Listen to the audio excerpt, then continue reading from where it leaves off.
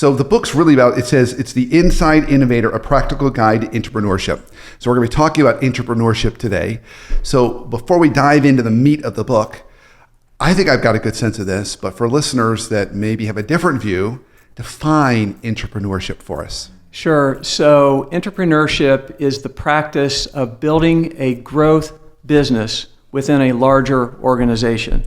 And we define this on my website as well, as entrepreneurship is creating value through innovation and growth within a larger organization. And one of the reasons I like that second definition especially is because it doesn't confine this practice to for-profit organizations. Because what I found as I started learning more is a lot of this happens in nonprofits. A lot of it happens in education. And so many different types of people can make this happen in their own organization.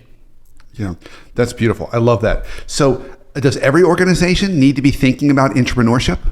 It's a really good question. An easy answer would be yes, but I'm actually not sure that's the case. I would say any organization that aspires to be first rate should be thinking about entrepreneurship. You can run a business and not really innovate and be reasonably successful, at least for a period of time. But if you want to be first rate over a longer period of time, you must have entrepreneurship.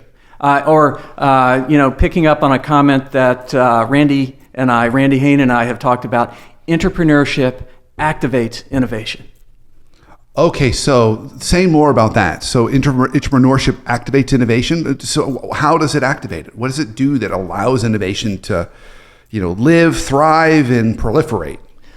So it's also a really important question. What happens is if you're building growth businesses and focused on creating value, then it's different than just tinkering around and saying, this might happen or that might happen. You're actually looking for a way to add something to the experience within the company, for your customers, new capabilities, new business units.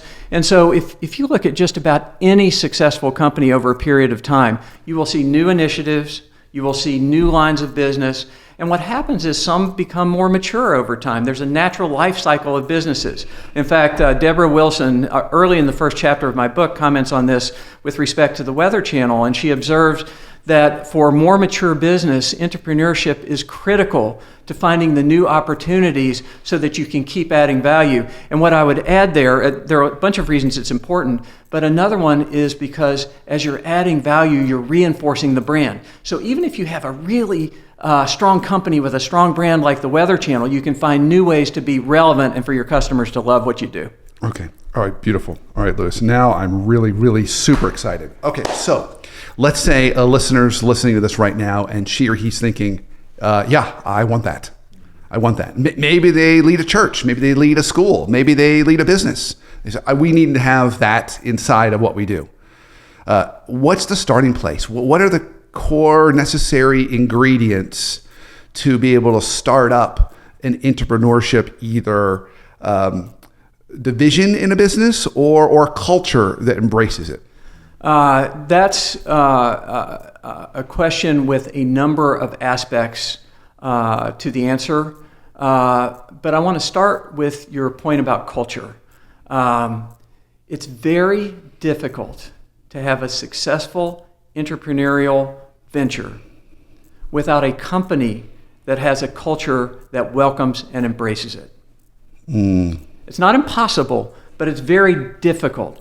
And so where it starts is with the leadership of the company saying, hey, this is important. And then not only saying it, but also making it possible in practical ways.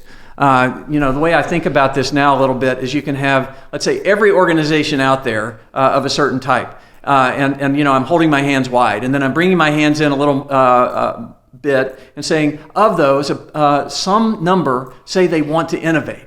But then my hands are coming in a lot to the ones that both say they want to innovate, but also put in place the structures to do it. And that includes, for example, the senior leaders of the company identifying the opportunities, or listening to people within the company who are not necessarily senior leaders, and then giving them a pathway to realize their own vision. It means a different way of allocating resources and evaluating opportunities for smaller or emerging businesses. How many times have some of us seen a big company that has excellent, well-proven, time-tested ways of allocating investments for the following year. Oh, by the way, in an annual planning process, which is not really friendly to things that move faster than that, but that's another story. Right. But then, they say, well, we need a return on investment within a year and a half, and we want to see, value of at least this much, and on and on and on. That's a perfect way to squash an entrepreneurial venture. Instead, you need to have a different way to absorb ideas and then to deploy them. And there's a whole, we could have a whole conversation on that. Another one I don't want to miss, though, is the talent.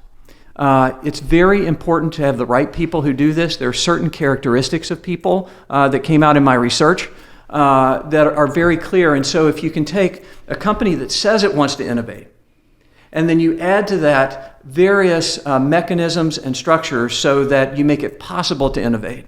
And then you find the right people to lead and advocate for innovation, the magic starts to happen.